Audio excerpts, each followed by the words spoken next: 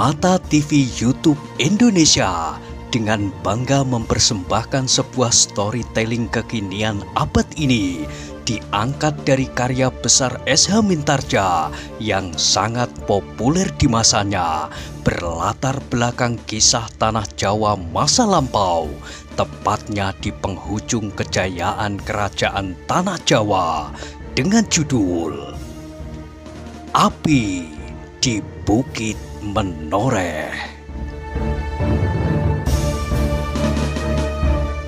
Pada kesempatan yang sangat baik ini, kita masuk pada episode yang ke-20.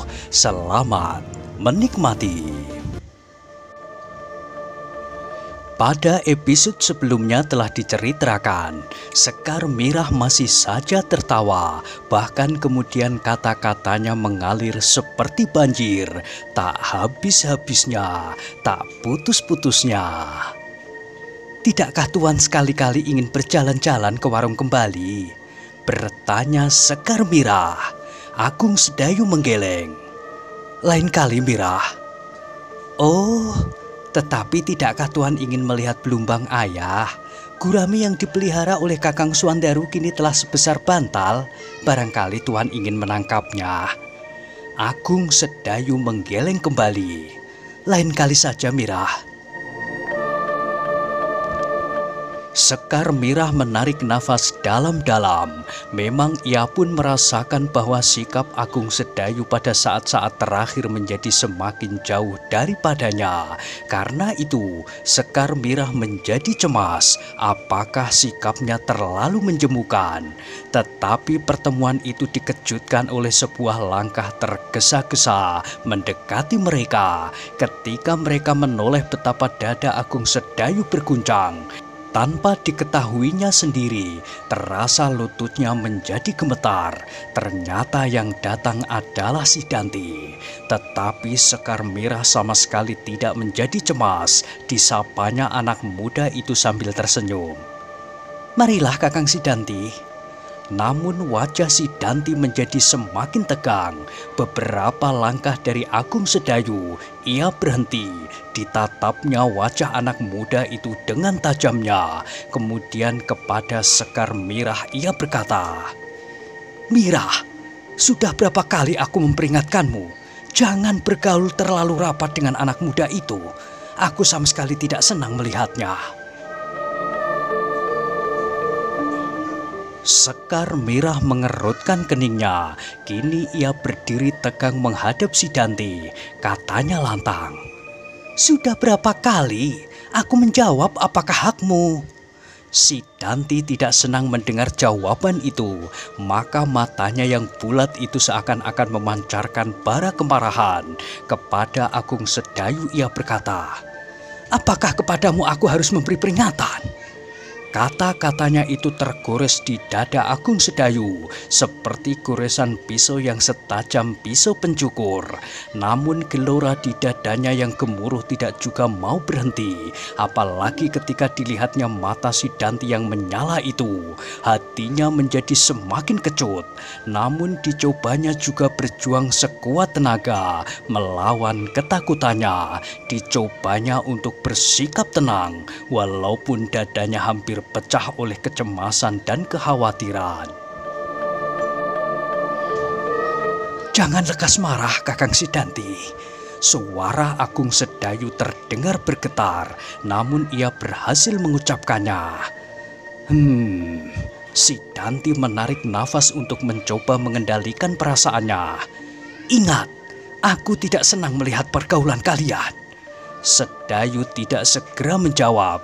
Ia masih berjuang untuk tetap menyadari keadaannya. Tetapi Sekar Mirahlah yang menjawab lantang. "Kau tidak berhak berkata demikian, Kakang. Aku bebas berbuat apapun di halaman rumahku sendiri. Apa keberatanmu?" Si Danti menggigit bibirnya. Nyala di matanya menjadi semakin menyala. Dan ketakutan Sedayu pun menjadi semakin mencengkeram hatinya. Dengan ketenangan yang dibuat-buatnya, ia berkata, "Sudahlah Mirah, biarlah ia mengatakan apa yang akan dikatakannya." Sekar Mirah memandang wajah Agung Sedayu dengan heran. Agung Sedayu sama sekali tidak menunjukkan kemarahannya, meskipun si Danti itu bersikap demikian. Karena itu katanya, "Jangan Tuan, jangan biarkan si Danti berbuat sesuka hatinya. Rumah ini rumahku, halaman ini halamanku." Si Danti kini terdengar menggeram. Kemarahannya telah sampai di ubun-ubunnya. Namun ia masih berusaha untuk tidak menyakiti hati gadis itu berlebih-lebihan. Maka karena itulah kemarahannya ditumpahkannya ke Agung Sedayu. Katanya, "Sedayu, aku dengar kau adalah seorang anak muda yang sakti. Karena itu marilah kita bersikap jantan." Hati Agung Sedayu benar-benar telah berkeriput sekecil hati anak ayam melihat elang. Tetapi di hadapan Sekar Mirah, ia masih mencoba menjaga nilai-nilainya. Nilai-nilai yang pernah dikatakannya kepada gadis itu. Meskipun sama sekali hanya sebuah dongengan belaka. Karena itu masih dengan ketenangan yang dibuat-buat ia menjawab, "Kakang Sidanti, apakah keuntungan kita berbuat demikian?" "Jangan bicara tentang untung dan rugi," teriak si Danti. Sedayu menjadi bingung. Ia tidak tahu apa lagi yang akan dilakukan. Sedang Sekar Mirah pun menjadi semakin heran melihat sikap Agung Sedayu. Kenapa si Danti itu tidak saja dipukulnya sampai setengah mati? Suasana kemudian tenggelam dalam ketegangan. Si Danti berdiri dengan kaki renggang, siap untuk melancarkan serangan atau bertahan terhadap setiap kemungkinan. Namun Agung Sedayu masih saja berdiri dalam sikapnya, tenang. Ketenangan yang gelisah. Karena itu Sekar Mirah menjadi semakin tidak mengerti betapapun orang bersabar hati. Namun bagi Sekar Mirah, sikap si Danti itu sudah berlebih-lebihan. Apalagi ketika kemudian Sedayu berkata terputus-putus, "Kakang Sidanti, jangan kita memberi contoh kurang baik terhadap Laskar Paman Widura. Pertentangan kita sama sekali tidak menguntungkan siapapun juga selain Laskar Tohpati." Si Danti kembali menggigit bibirnya. Ia merasakan kebenaran kata-katanya Sedayu. Karena itu maka ia berdiam diri untuk beberapa saat. Dan kembali suasana yang tegang itu menjadi diam. Kemudian kediaman itu dipecahkan oleh sebuah suara nyaring di sudut rumah. "Siapa yang ribut?" Dan muncullah seorang anak muda yang gemuk pendek, Swandaru. Ia berhenti ketika dilihatnya si Danti dalam kesiapan. Sedayu yang seakan-akan masih tenang-tenang saja dan adiknya Sekar Mirah. "Apa yang terjadi, Mirah?" bertanya anak itu.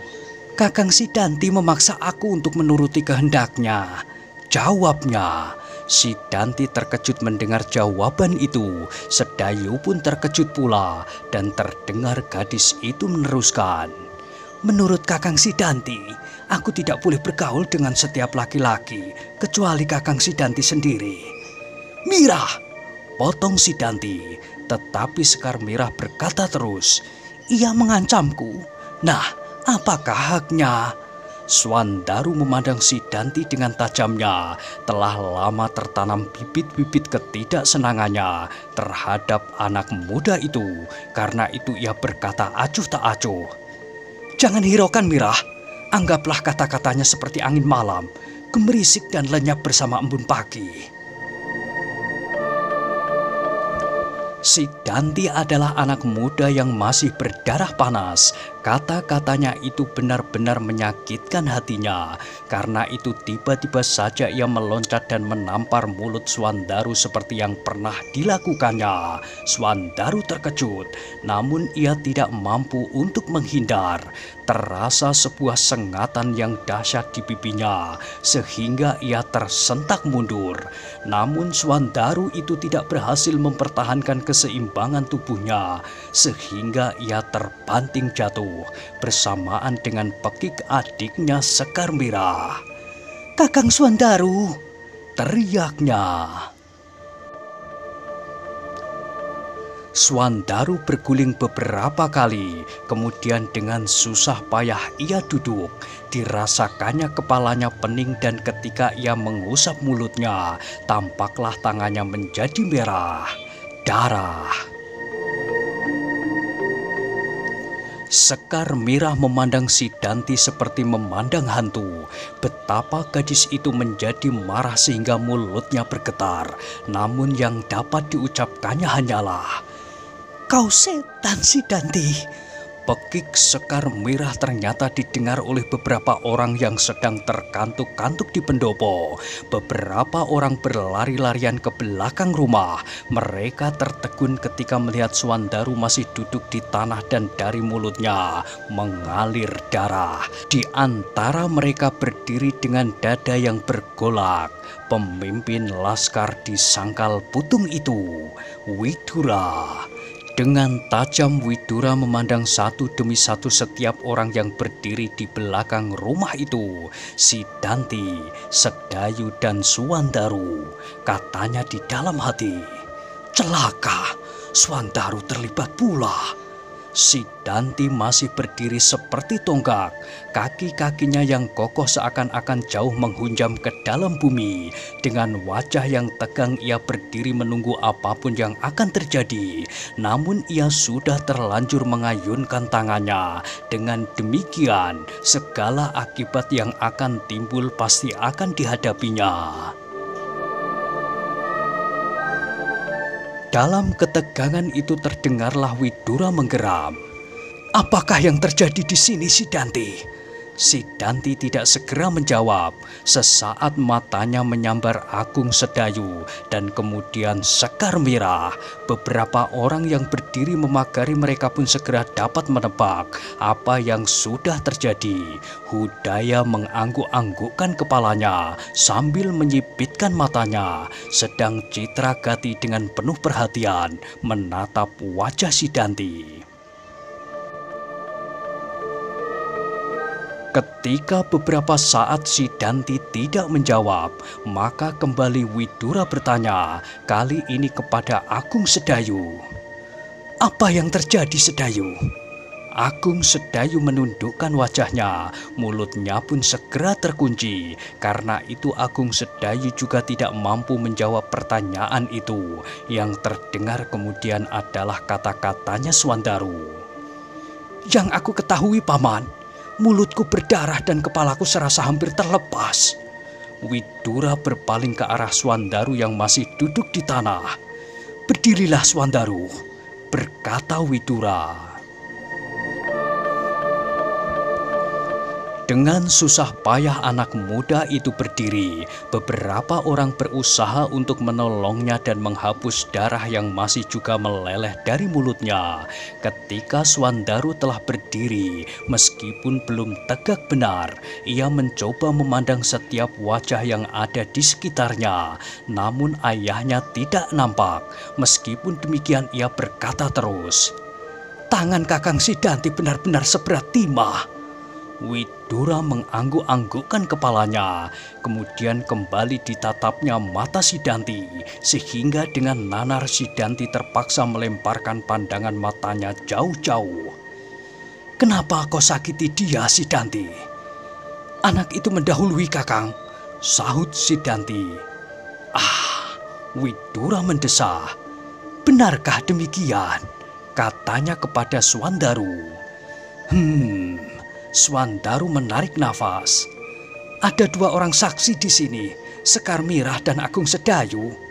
Sidanti menelan ludahnya, terasa dadanya menjadi berdebar-debar dan didengarnya kembali Widura bertanya, "Sidanti, apakah sebenarnya yang terjadi?"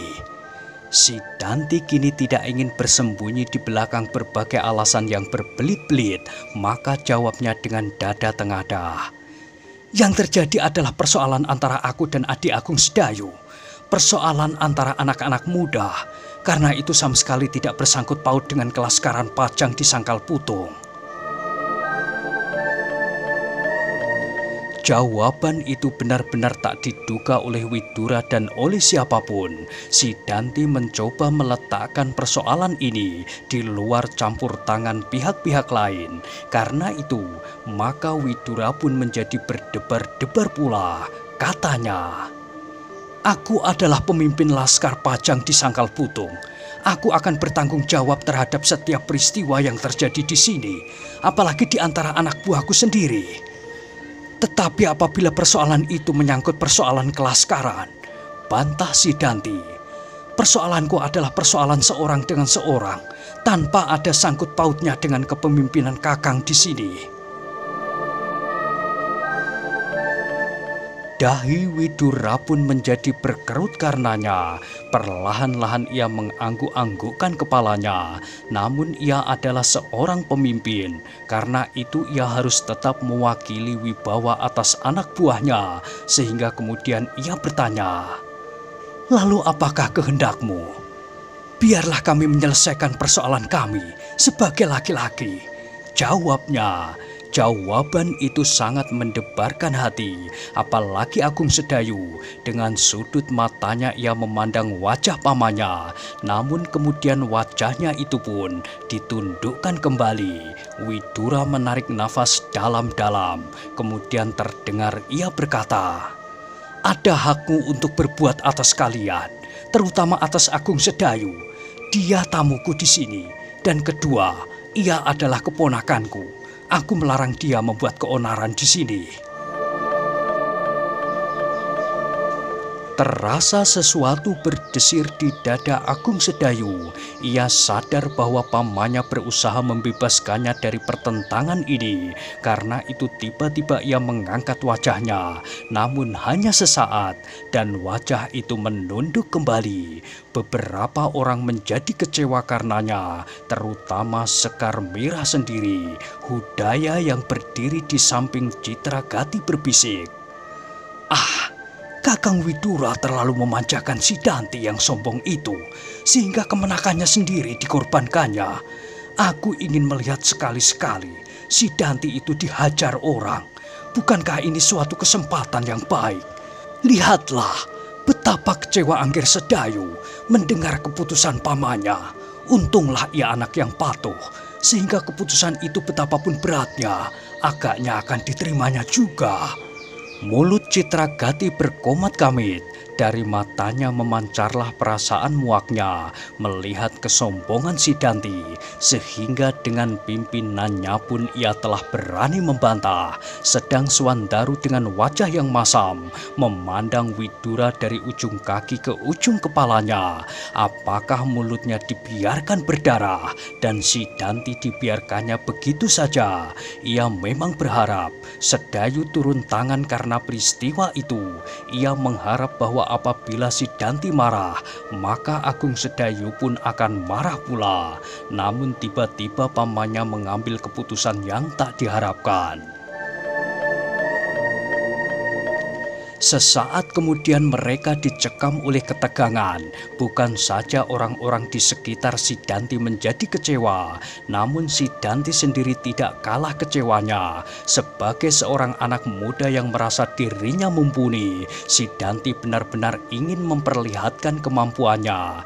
Ia yakin bahwa betapapun kuatnya Agung Sedayu, namun ia pasti akan dapat bertahan, bahkan terhadap Untara sekalipun. Karena itu, betapa ia menyesal. Namun ketika ia akan menyatakan sesalnya, didengarnya Widura berkata, "Aku perintahkan kalian kembali ke pendopo."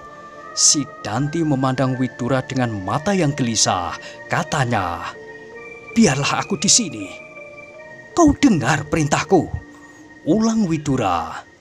Sidanti masih berdiri di tempatnya. Beberapa orang yang sudah mulai bergerak pun tiba-tiba berhenti dan memandang anak muda itu dengan hati yang tegang. Ketika Sidanti tidak beranjak dari tempatnya, terdengar kembali Widura berkata, "Sidanti, aku perintahkan kau kembali ke pendopo." "Aku di sini," jawabnya. Widura pun menjadi marah karenanya. Ia sadar bahwa Sidanti merasa bahwa kesaktiannya telah bertambah-tambah karena kehadiran gurunya yang menempanya. Namun Widura adalah pemimpin yang sadar akan kedudukannya. Karena itu, selangkah ia maju sambil berkata lantang, "Sidanti, untuk terakhir kalinya aku memberikan peringatanku. Kalau tidak, maka aku akan melakukan kekuasaan yang ada padaku. Tinggalkan tempat ini dan pergi ke pendopo." Tubuh Sidanti pun bergetar karena marah. Ia tahu benar bahwa Widura tidak lebih daripadanya, sehingga apabila Widura itu menyerangnya, maka ia tidak yakin bahwa ia tidak akan melawannya. "Setidak-tidaknya aku akan dapat menyamainya, bahkan mungkin melampauinya," katanya di dalam hatinya.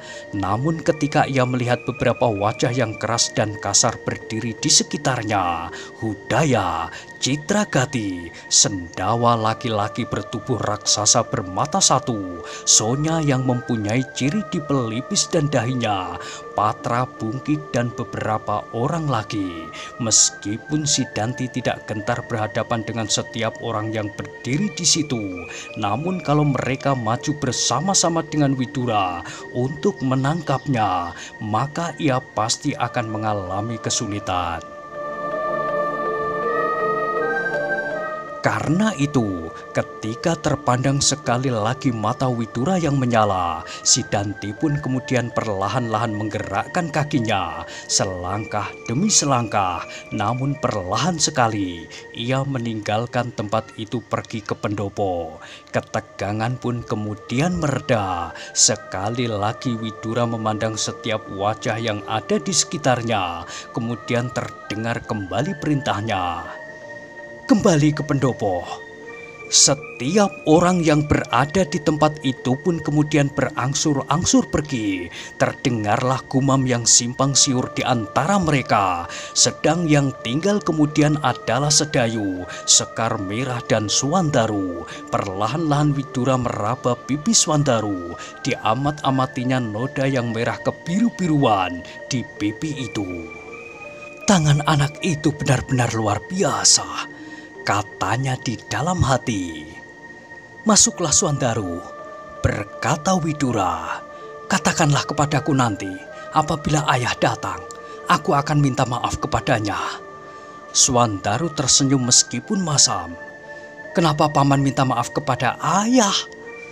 "Aku menyesal bahwa salah seorang anak buahku yang seharusnya melindungi rakyat Sangkal Putung bahkan telah menyakiti hati mereka. Bukankah kau pemimpin dari anak-anak muda di sini? Karena itu, maka aku harus minta maaf kepada rakyat Sangkal Putung lewat ayahmu," sahut Widura. Swandaru mengangguk-angguk, pipinya masih terasa sakit, dan sakit itu tidak akan sembuh hanya oleh permintaan maaf saja, apalagi sakit hatinya. Namun meskipun demikian, dihargainya juga sikap Widura yang jujur itu. Swandaru dan Sekar Merah pun kemudian masuk ke rumahnya lewat pintu belakang dengan hati kecewa. Bagaimanapun juga, Swandaru tidak dapat melupakan hinaan yang telah 2 kali dialaminya. Karena itu, tiba-tiba ia menggeram di dalam hatinya. "Awas Sidanti, suatu ketika aku harus membunuhmu. Swandaru bukanlah cacing yang lemah, tetapi Swandaru Geni adalah seorang anak yang jantan." Sedayu pun kemudian mengikuti pamannya ke peringgitan. Di peringgitan ia duduk saja sambil menekurkan kepalanya. Ketika pamannya kemudian duduk di hadapannya, hatinya menjadi berdebar-debar. "Sedayu," berkata pamannya, "nah, peristiwa itu sekarang sudah terjadi. Apa katamu?" Agung Sedayu hanya dapat menundukkan wajahnya, apalagi ketika pamannya itu berkata pula, "Bukankah aku pernah memberimu peringatan?"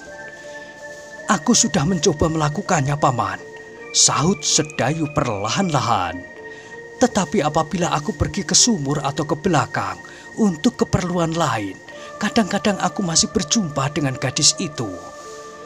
Aku tidak keberatan apapun yang kau lakukan, Sedayu, asalkan kau dapat mempertanggungjawabkannya. Aku berbesar hati melihat ketekunanmu belajar, berlatih hampir setiap malam. Aku berbesar hati melihat kemajuan-kemajuan yang kau capai. Namun hatimu yang kerdil itu masih sekerdil itu pula, apalagi berhadapan dengan Sidanti. Karena itu, Sedayu, kali ini adalah kali terakhir aku mencampuri persoalanmu. Seterusnya, kau sudah cukup besar untuk menjaga dirimu sendiri. Wajah Sedayu menjadi semakin tunduk. Hampir ia menangis mendengar kata-kata pamannya. Ia kini telah benar-benar kehilangan pegangan. Kakaknya masih belum diketemukan dan pamannya seolah-olah tak mau lagi melindunginya. Oh, Sedayu mengeluh di dalam hati. Sedayu, berkata pamannya, bagaimanakah kalau kau aku antar saja pulang ke Jati Anom? Agung Sedayu menggeleng. Ia tidak berani tinggal seorang diri di sana. Atau ke Banyu Asri, kata pamannya pula. Di Banyu Asri pun keadaannya sama sekali tidak menyenangkan. Orang-orang Jipang yang berpencaran dapat saja menemukannya di Banyu Asri. Alap-alap Jolotundo yang berkeliaran itu misalnya. Sebab alap-alap Jolotundo itu kini sudah terlanjur mengenalnya. Tidak seperti dahulu lagi sebelum ia pernah bertemu dengan alap-alap Jolotundo yang mengerikan itu. Biarlah aku di sini, Paman. Aku berjanji tidak akan keluar dari Pringgitan sebelum malam. Oh, Widura mengeluh. Terlalu, gumamnya.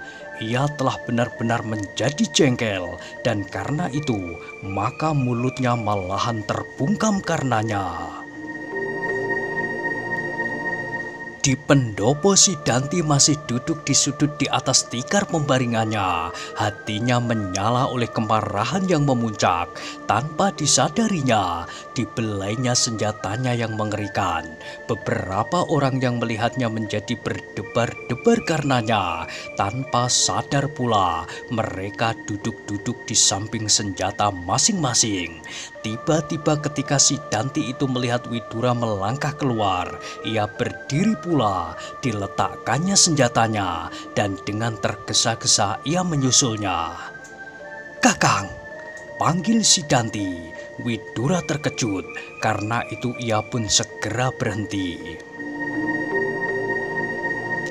Tampaklah dahi Widura itu berkerut-kerut ketika dilihatnya Sidanti dengan tergesa-gesa pergi mendapatkannya.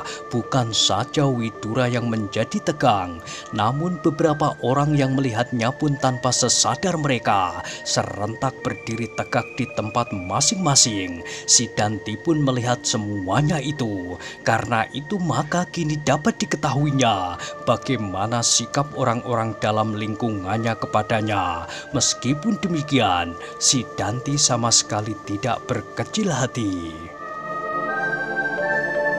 Ketika Sidanti sudah berdiri beberapa langkah di hadapannya, Widura bertanya, "Apakah ada sesuatu yang penting?" "Ya, Kakang," jawab Sidanti.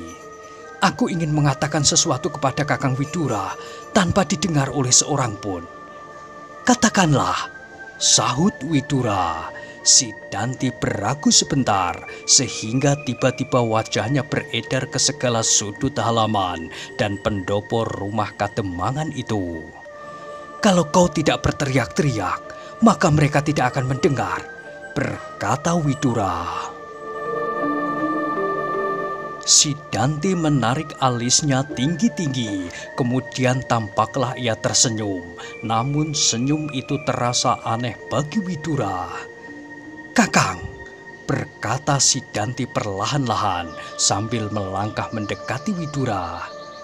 "Aku ingin mengatakan sesuatu, tetapi tidak di sini." "Berkatalah sekarang," sahut Widura. Si Danti menarik nafas. Sekali lagi ia memandang berkeliling. Di tangga pendopo ia melihat beberapa orang berdiri berjajar-jajar. Dan beberapa orang di antaranya duduk dengan gelisah. Di regol pun dilihatnya beberapa orang penjaga dengan tombak di tangan mereka. "Baiklah Kakang," berkata si Danti. "Aku hanya akan minta izin Kakang untuk menyelesaikan persoalanku dengan Agung Sedayu secara jantan, supaya persoalan ini tidak berlarut-larut dan menjadi semakin dalam menghunjam di dalam dadaku." Widura terkejut mendengar permintaan itu. Ternyata si Danti sama sekali tidak dapat menekan perasaannya. Karena itu, untuk sesaat Widura tidak segera dapat menjawab. Bahkan si Danti sempat berkata terus, "Aku bersedia memenuhi syarat apapun yang akan diberikan kepada kami berdua. Tanding tanpa atau dengan saksi, tanpa atau dengan senjata." Wajah Widura tiba-tiba menjadi tegang. Terdengar ia menggeram. Kemudian katanya, "Tidak, aku tidak memberimu izin. Juga Agung Sedayu tidak akan aku izinkan." Si Danti menjadi kecewa, namun ia masih berkata terus, "Kakang, agaknya Kakang kurang bijaksana. Apakah Kakang ingin dendam kami masing-masing membakar dada kami, sehingga kelak apabila terdapat kesempatan, maka kami akan bertempur tanpa pengendalian diri? Kini kami masih cukup sadar bahwa perkelahian yang akan diadakan ini adalah perkelahian antara kita hanya karena persoalan pribadi, sehingga dengan demikian kita masih dapat membatasi diri kita sendiri untuk tidak menghancurkan laskar kita di hadapan laskar Jipang." Sekali lagi Widura menggeleng. Katanya tegas, "Tidak, perkelahian di antara kita sama sekali tak akan menguntungkan. Apalagi bagi Agung Sedayu. Ia adalah kemenakanku, dan aku tidak mau melihat salah seorang dalam aliran darahku yang berkelahi karena perempuan." Wajah si Danti tiba-tiba menjadi merah membara. Kemarahannya kini menjalar kembali di dadanya. Kata-kata Widura itu benar-benar suatu tamparan baginya.